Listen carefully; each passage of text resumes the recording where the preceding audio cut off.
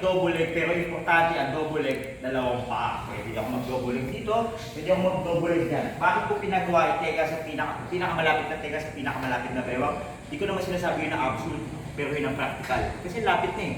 Ako, bakit ako lalayo ng ganun? Diba? Technique 1. So yun na nga.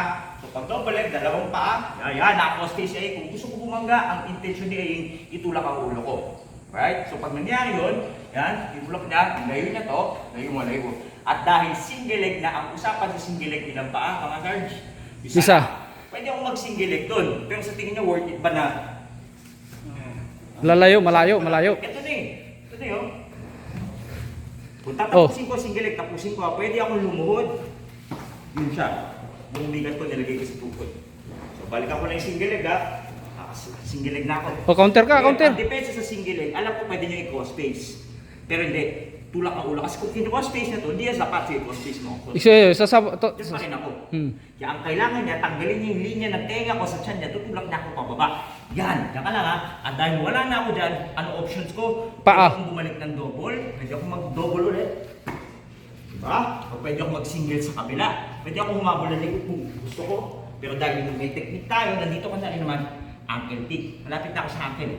Bababa ka, nakaluhod ka na, hindi mo na kailangan umangat. Ang hako na lang. Mangganat, o tsaka lang, mangganat tenga. Okay? Kung abot. Abante, hatak. Yun na siya. At kung hindi man gumana, tayo. Kung baka sa contact, hindi kailangan talaga ito pag nag-tiktok, hindi pwede kailangan na nakatukod. Oo, huwag ka tutukod. Well, may mga tao na papatukod, pero bakit hindi mo kailangan tumukod? Number 1. Mababalian. Injury prone. Okay? Number 2, kung may submission man yan, nalatag ang kamay, pwede kunin sa ilalim ng kilikili. Ay, stop kung sa totoong ano talaga away ba? Talagang Bawal tumukod. Hindi niya ano yun, eh, no? Hindi niya mapapansin yan. Hindi niya mapapansin yun. Pero hindi naman ako pumotor ng totoong away. Kung totoong away man, ang kalaro mo one-on-one, mas ideal na dali mo na sa ground. Kasi pwede mo nang isubdue. Pag nakuna mo ng mount, o ano, solve ka na. Pagpapalin mo, ano, solve ka na. Ganun lang. Hindi mo alam.